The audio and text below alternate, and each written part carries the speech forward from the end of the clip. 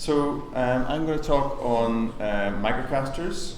There's been a lot of questions about these already, and it's clear it's quite difficult. There's a plethora of equipment out there, and it's very difficult to remember the exact characteristics of every single wire, every single microcatheter, every single new piece of equipment that comes on.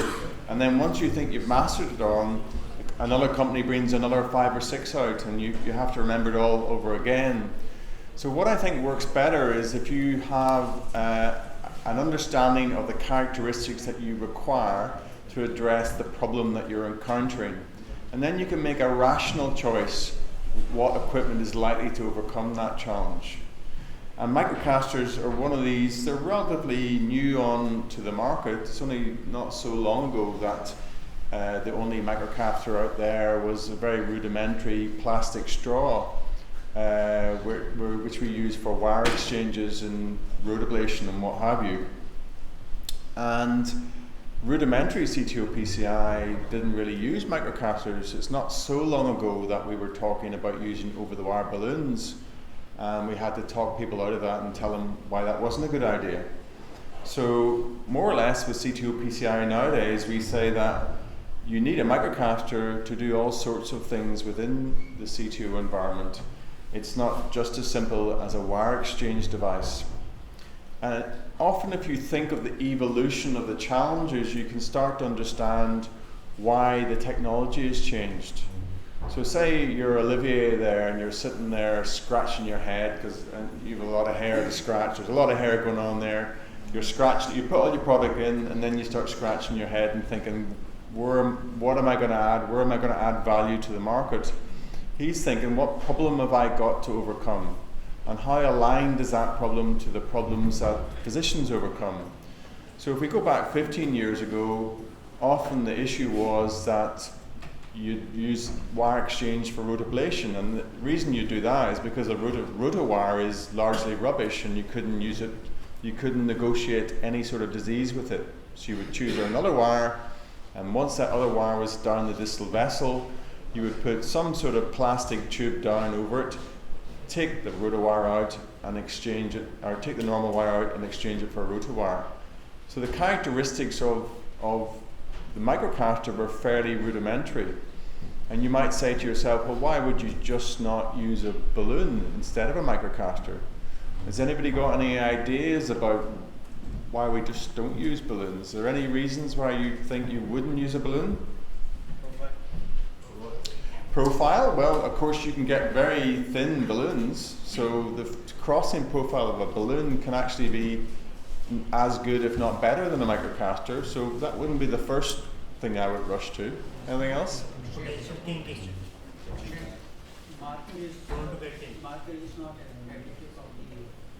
So I heard something about a marker. What was that? The marker on the balloon is distant to the proximal to the tip. So you think a lack of visibility might be a reason? Okay, I'll give you that as a reason. That would be somewhere down here as well, in my book anyway. Any other reasons? You can know from microcatheter if you're inside the vessel now, you can inject some contrast, you can see where. So you can inject through the microcatheter, but you can do that with an over-wire balloon as well. Any other reason? Might kink when you're changing the wire. Right, that would be top of my list. So gentleman at the back says it might kink when you're putting it down. And why does it kink? It kinks because it's just like a straw. You know, you go and you hope none of you drink milkshakes because they're very bad for you in terms of fructose delivery to the liver, etc. But I hope if you do drink a milkshake, sometimes they'll give you a straw and you'll suck on the straw and the milkshake will come up. And if the milkshake's particularly dense, you might actually collapse the straw because you're applying that much pressure to it. The straws, if they break, that's it. Your milkshake's going to stay in the jar, and you'll never put any more visceral adiposity on. So, you know, to solve the milkshake problem, what the straws turned into is these curly straws that bent. You know the curly straws? Am I talking to myself here? Curly straws.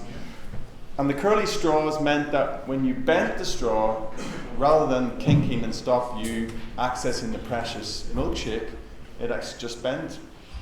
And the analogy there is with a microcatheter, something is done to the wall of the microcatheter to stop it kinking. Does anybody know what that is called? A braid. So that means, a braid means instead of, if you do that to the microcatheter, and let's not forget within the arteries, this happens all the time, that kind of kinking. So if your artery is doing this, and your wall of your device has got nothing in it, and normally when we put a balloon down, it's got a wire in it, but here is nothing in it, you're going to kink.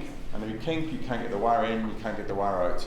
So the braid was the first development to allow efficient wire exchange without kinking. So that would be top of my list of reasons why a microcatheter was first iterated. Any other reasons?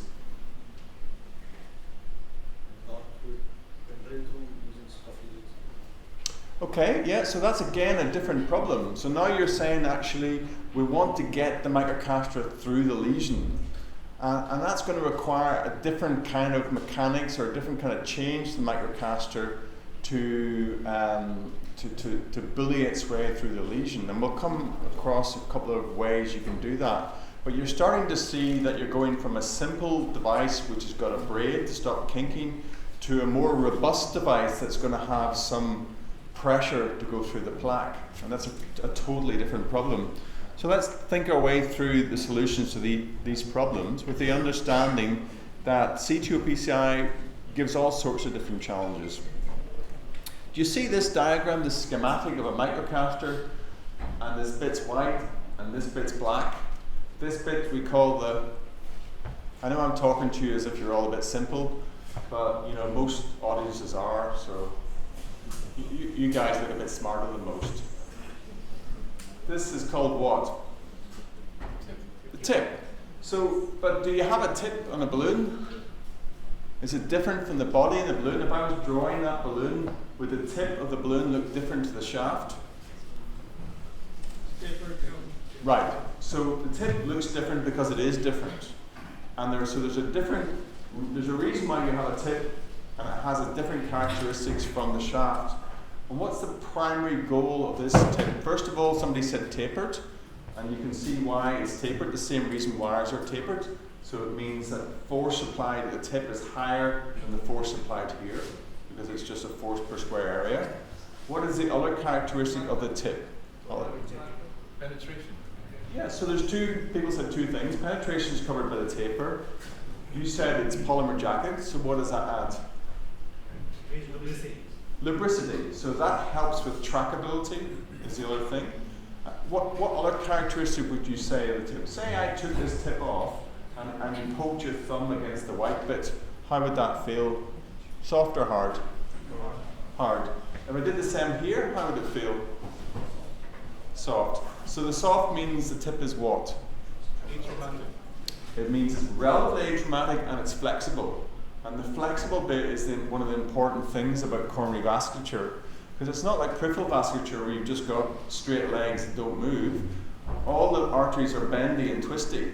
So if you want to apply force, you want force to be applied in a coaxial fashion. You saw that glass case that Jonathan did is a perfect example of that, where actually the cap is coming in at a 90-degree angle. And if your tip is pointing in this direction and it's stiff, the force is creating a complete vector and you're losing all that angle. So you have a very simply, I'm supposed to be saying in the PowerPoint, but let me go over here for a second. I'm doing another terrible diagram. So force in this direction, you've got 100% of whatever that is you're applying. But if you're actually trying to apply force in that direction, you're losing all this here, this vector is applied to it. And that tells you why, as soon as you get angulation, your penetration force drops. And it also tells you why nearly all microcatheters have a flexible tip. So do balloons have flexible tips? No. So there's another big reason. Balloons don't have flexible tips. And you can't, as some gentleman said up there, you can't see that. So as you start to add issues to problems, your microcatheter has to become more and more engineered to try and deal with these problems. So you start down here with wire exchanges and simple, straightforward cases. You don't need an awful lot from your microcatheter.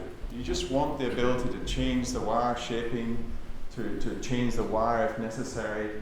to add a little bit of support. But when you're getting through all sorts of complex lesions to the right, your demands on the microcatheter increase quite a lot. So the best way in my mind to address that is you decide what problem is it I'm trying to solve, how do the properties of the microcatheter address that problem, and you're going to get the best success by understanding both those two things. And that means careful analysis of the angiogram and the problem you're solving, and some understanding of what makes a microcatheter work or not work. And this is what I was talking about earlier. So this is the first utilization of microcatheters, a simple tube to exchange a wire. And now we're going through these kinds of anatomy where you've got lots of calcium and a lot of resistant plaque, and you're trying to bully your way through that.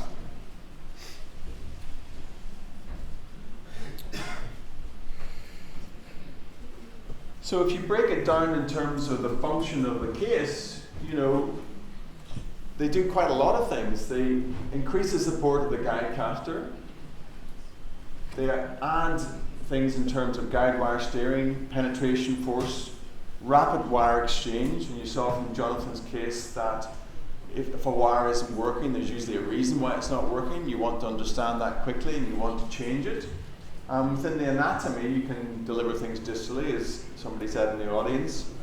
But you can get onto very specialized situations where you're crossing very friable collaterals that if they rupture, you're going to cause patient harm. So you're trying to ask yourself, what am I trying to achieve? What about the microcatheter will help with this? And if it's not working, why is it not working? I'm just going to go through that. And the two major differences in terms of if you're trying to create a duality in the microcatheters and say these are simple braids and these are coil-based microcatheters, is how the anatomy impacts on that. So the simple tube catheters, like a straw with a braid, it's gone a bit dead, it goes back. Fine cross, supercross, micro 14, and they're not particularly engineered. They're all relatively old microcatheters. They serve a function, and their main utility is that they're cost effective. You know, they're not expensive to engineer or buy. On the other side, if you're going through a lot of calcium, you're thinking about, I want a very stiff metallic catheter that's going to bully its way through that plaque. But there's a whole pile in the middle, which we refer to as channel dilators. And the first channel dilator was the Corsair, and it's actually non-differentiated. And by that I mean you can use it antegradely or you can use it retrogradely. And you'll find that sometimes microcatheters can cover a wide variety of purposes. And just like a lot of generalists, it means that they're okay at most things, but they're less good at the really specialized things. So CTO-PCI is a good example of that. You might have an interventional cardiologist who does a few CTO-PCIs a year and he's probably okay at them, but if you've got a really hard case, you want somebody who does a lot of them, who's specialized in that area. So the retrograde antegrade Corsair, Turnpike, soon to be Mamba, is back on the market shortly. For retrograde or fine collaterals, you've got the Caravelle and the Turnpike LP. And I'll come back to what makes those different in a second. And then for antegrade, you've got Turnpike Spiral. And you can see the characteristics at the bottom that we've already talked through before I showed this slide.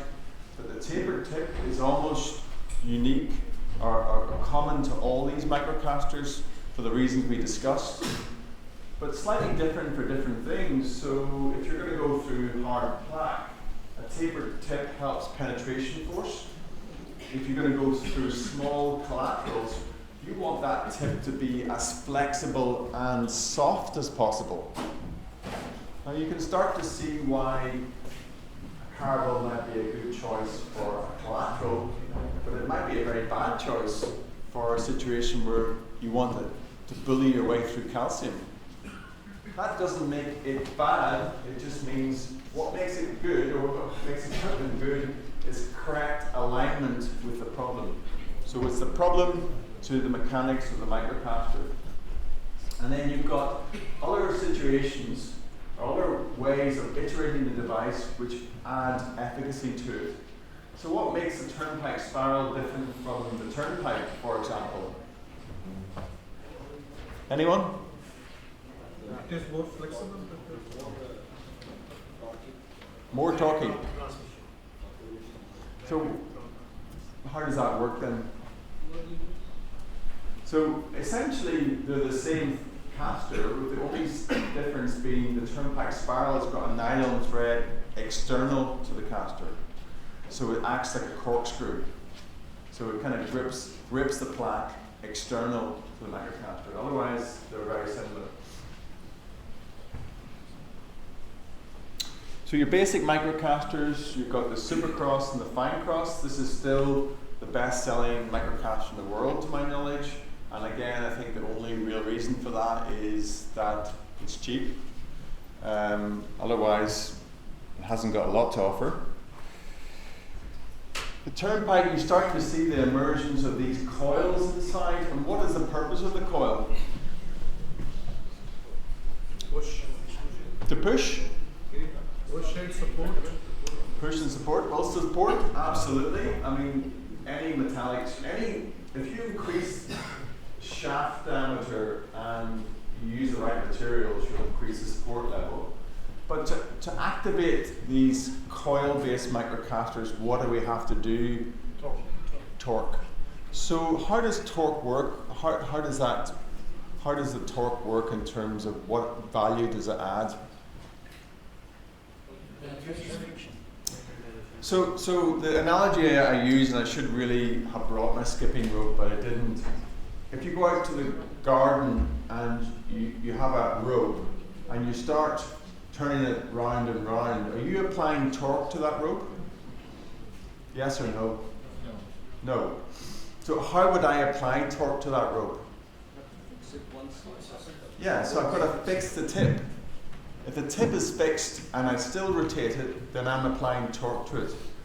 So that tells you that torque is only useful when your tip is within resistant plaque. So you don't torque it up through the guide, do you? You just push it in the guide. So you push it into the guide and you push it as far as it goes, and then when the microcatheter starts to back out, you know you've hit resistance. And at that point, that's when you apply torque. And the torque works because it tightens the coils, and then that is transmitted to kinetic energy. And how much should you torque? Any higher than 20? I don't know. 53 times. No, the number is not the issue, because what you're asking is the torque being transmitted to the tip? If I go back to my analogy with the rope, and a tip, it's fixed at that end, and I keep turning it, what's going to happen? Yeah, the rope at one point, it'll just bunch up, and it'll either break, or it won't torque any further. The same thing happens with any coil-based microcatheters. If the tip is fixed and you keep what happens? It breaks. And where does it break? At the tip. So it breaks at the point where the weakest point is, and that's usually at the shoulder. And it's the same regardless of microcatheters. It'll break. So there isn't a right answer for how many times. As long as the tip is moving forward, you know it's not fixed, and you can keep torquing it. If the tip is fixed and it's not moving, it makes sense to reverse the torque after a few turns. Okay, maybe each manufacturer will give you a different number. 20 is a reasonable pick, but there's no rationale to stop torquing if the catheter is moving forward, because you know that torque is being transmitted, and therefore the whole device is moving rather than the tip being fixed and the shaft moving. Those two things are very different. The Corsair, as said, is the one that's been around the longest. That doesn't mean to say it's bad. In fact, it was pretty revolutionary when it came out, and it still does a pretty decent job. And I said, getting back to the questions why it's not working, is it tortuosity, is it calcium, is it support? And there are a few other slightly niche microcatheters which it's worth being aware of. Who's used angle supercross? Anyone? Do you like it? Some indication. Yeah, I mean, to be honest, it's the only thing in the market now that's ventures kind of not really there. That actually does allow you to access very angled entries of whatever it may be. It's not a very nicely made microcatheter. It's a bit sticky and it's kinks a bit easily, but there's not a great alternative out there. So when you need it, you need it. Dual lumen catheters is probably a whole talk on itself. These are the ones that are on the market at the moment. Actually, if you look from kind of bottom to top, you'll see the change in devices tells you what we're now doing with them. So this is the oldest one at the bottom, the twin pass. There's a twin pass torque now available. But what's different from this device to this device and that device? Can you see the obvious design changes? Non-tapered tip, so absolutely, that's the most obvious design change between that one, and this one. So that will tell you that we're now demanding more of this. We're trying to get into more angle side branches. With this device, we can even take it retrogradely now. You could never do that with this device. What's the other major design change that you could see? The wire comes off close to the second wire is getting close to the tip. Yes. So the obvious thing is that the OTW port is a bloody mile back here. So it's, if you're in a proximal cap, for example, can you imagine that you'd have to be half a mile down the side branch before that was any use to you? But for the rest of these devices, you can see that they're all approximately the same distance from the tip. And that's because we're starting to use these devices in CTO caps. And you can see that actually, if you were going to choose a device, and this has not been one company's bad, one company's good, you would say that these devices, first and third, are much more aligned to a CTO environment. Tapered tip, 6mm back, these are non-tapered tips, quite bulky with a marker at the tip. What do you think this is going to do to the tip flexibility? Good or bad? Bad. So very obvious that if somebody give you a job, let's make this into a CTO device, you taper that, you take away that, you make this really opaque, you put a polymer sleeve on. It's not rocket science, is it, Olivia? And again, these are just breakdowns of the device. This is the Sasuke, that's the enhancer, and this is the twin pass torque. And you can see with the twin pass torque, they've tried to change a few of those things. They've made the OTW port much closer to the tip. They've actually, for torque here, they've actually just beefed up the sidewall, and that means it gives more support.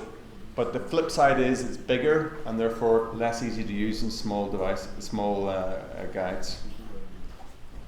And then just finally getting on to the niche microcatheters. The Tornus and Turnpike Gold are the two very stiff devices. So this is a flexible tip or a stiff tip? Stiff. Yeah, so you can see that actually its main utility is going to be crossing after your wires distal. Because if you're trying to address an angulated cap with a stiff tip like this, it's not going to be very effective. But on the other hand, if your wires are distal vessel and your flexible microcatheter can't cross, this stiff screw tip might actually be very effective. I'll show you an example of that. At least, yeah, it should do. So here's column in action. With a gentleman called Sakib Chowdhury from Manchester. This is a right coronary artery occlusion, as you can see at the bottom. Colin's a very advanced CTO operator. He actually doesn't even need to touch the equipment anymore. He just kind of concentrates on it. Zen PCI. That's Aidan Malloy doing in the background. So I'll just let this play through. You can actually see that these microcatheters, because of the screw tip, if they engage in the CTO lesion, they almost act as if they don't need a guide. The guide sort of can hang out and you can still have quite a lot of support from the device. You can see that guide is not particularly well engaged there, and a lot of force being put through that.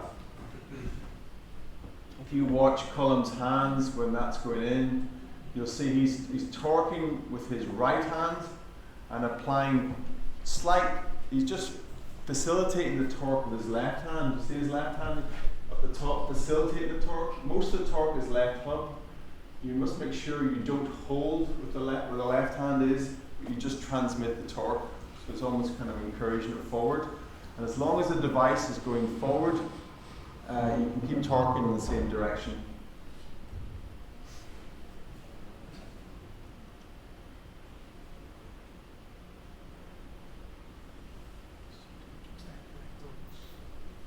It's very like the tornus, yeah. So who's used the tornus in CTO, yeah? Who's not used the tornus? Who doesn't know what the tornus is? So the tornus is a rudimentary, very stiff microcatheter which is made from just 12 wrap wires. Unlike most microcatheters, it has no internal coating. So most microcatheters will have an internal PTFE coating, which means that the wire can go in and out without encountering friction. This is just wire on wire, so the wires feel a little rough inside. And if you keep torquing the tornus, because it's got no transition between a tip and the hub, it just like the rope, it'll kind of just explode in a mess of metal. Now, when Asahi launched the tornus, they launched it with loads of videos of the tornus exploding, and strangely that didn't encourage market penetration. They also said the early packets came with a big red sticker that said "Do not use unless emergency bypass surgery is available," and that didn't seem to help either. And early on as well, the packages came with a very small Japanese surgeon. Boxes were all perforated and the Japanese surgeon was just ready to leap out if the tornus went wrong. So all those marketing disasters mean that tornus is hardly ever used now. It is actually pretty effective if you do need to use it. So in summary, I'd say a lot of these messages you'll see, the more you plan, the more you understand the problems you're facing, the better outcomes you're going to get. Part of that means starting what strategy you're going to use, and the strategy should involve equipment selection. You should be making a balanced, considered decision about that. You need to understand your equipment. This is not wire balloon stent. This is a different environment, and you cannot be lazy about equipment choices. You have to get on top of them. And I think if you choose the right equipment, you're going to make your cases more efficient and more successful.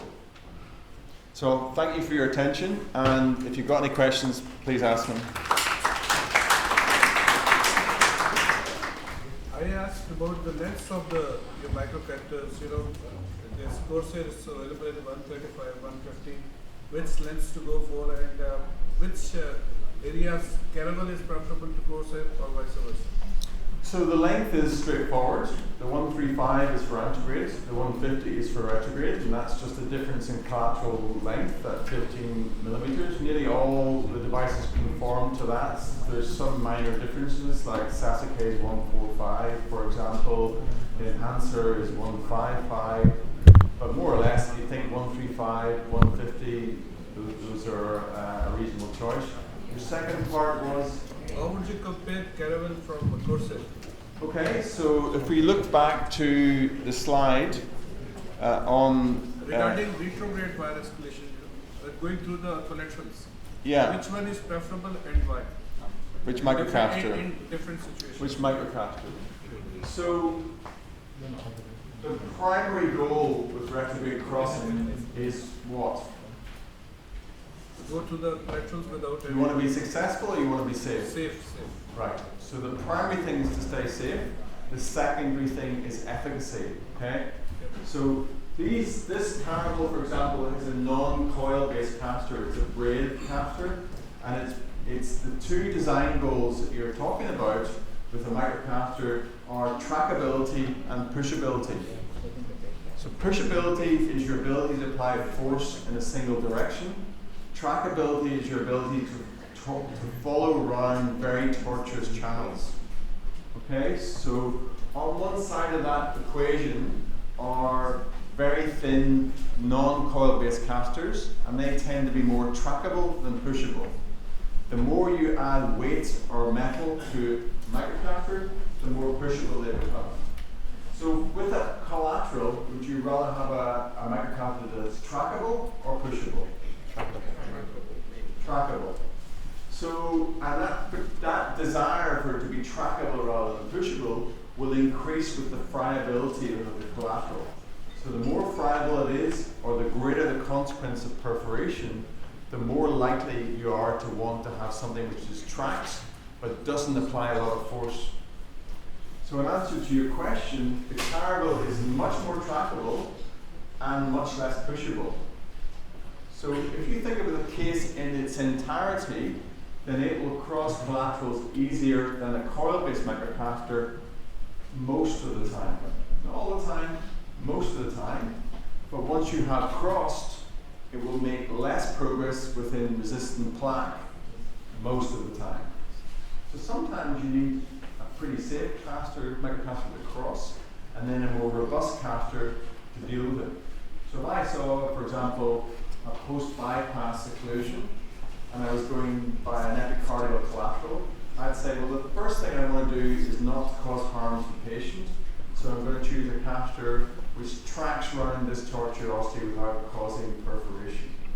But I might have to pay the price for that once I have crossed, because the carnival has literally no pushability.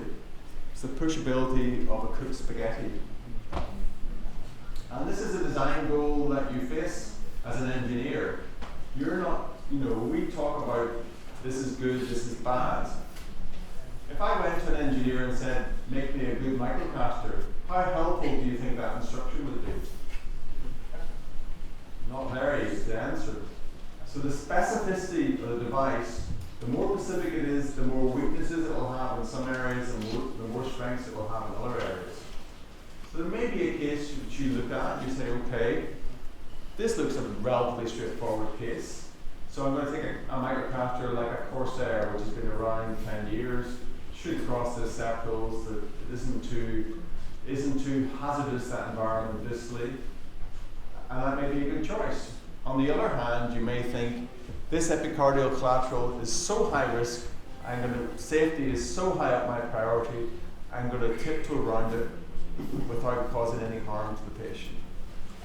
So one more question regarding anti-grade Your virus. other questions now, you've had to. Regarding anti-grade virus escalation, what's the main aim of this microcatheter? When to de-escalate? Let's say it's a ambiguous proximal cap, and then we cross the ambiguous cap with the microcatheter. Should we immediately de-escalate or go through Well, there is not a massive rationale to de-escalate microcatheters. the It's wire? I mean the wire. Right. Okay. In terms of wires, again, slightly different talk. But if you penetrate the cap with a stiff wire, and you're still, like Jonathan's case, was a great example, took a high-grade penetration wire to penetrate it, but there still was quite a long occlusion to go. In that situation, there's a couple of reasons why we de-escalate. Number one is the wires are generally task-specific. So again, you go to the engineer, you say, I want a stiff wire to push through calcium. And they'll give you a stiff wire to push through calcium, but that wire may have less sensitivity to torque. It may not be able to cover it with a polymer sleeve, so therefore the risk of it may be higher in ambiguous anatomy. So we tend to say, be task specific. Do the penetration and then de-escalate. The second rationale behind de-escalation is that within solid material, the penetration force of a wire does what? Increases or decreases? So here's my schematic. This is the CTO cap again. Okay, and this is my wire. Okay.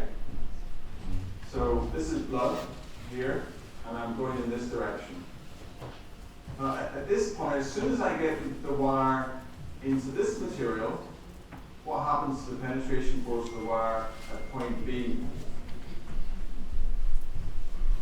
Which is higher, A or B, the penetration force, and why? A. A is higher. Anyone else? Hands up for A. Hands up for B. Hands up for C. Those are the lateral thinkers that we want to encourage in the audience. So the reason it's B, because this is a fluid medium. If you like, that's why we use microcatheters, to create a stable platform. That's why we use guides to create a stable platform. Inside here, this is solid material. So your microcatheter within solid material, the penetration force is a lot higher. So if you take a 12-gram wire here, it's going to apply whatever force there. That same wire will apply a much higher force within the CTO lesion. So you actually can de-escalate without losing penetration force. And other things become important to you there. Again, task specific. Your goal here is penetration. Now your goal here may be torque control. You may want torque control there. You may want targeted control. You want different things at different points of the case. And I think that's probably one of the bigger challenges you want to get around your head when you're doing CTOs, the ability to say, actually, is this working? Is this safe? Could I do this? Could I do this better? Am I able to change between equipment and understanding the rationale behind that choice? What you do want to do is have a favorite wire. That's a bad sign if you're choosing a wire because you like the name or the color or something like that. The crosshair pro and crosshair difference is only the tip or something they make less wire. So, yes, there are some differences. I'd say they're not amazing. The Corsair did have a marker band in the tip that decreased the flexibility, so they took that out. Also, the transition zone between the tip and the shaft is improved, because often the tip would cross, but the shaft wouldn't cross because there's a stiff band between the two. So they changed that transition, but there's not much difference between the two. There's a bit of marketing there as well. To make you feel better, you need a Corsair Pro, sir, because you are a pro. Okay, James, I thank you. I think we're ready to go for the next case. James, thank you very much. James, shut up and go away. So we just distribute.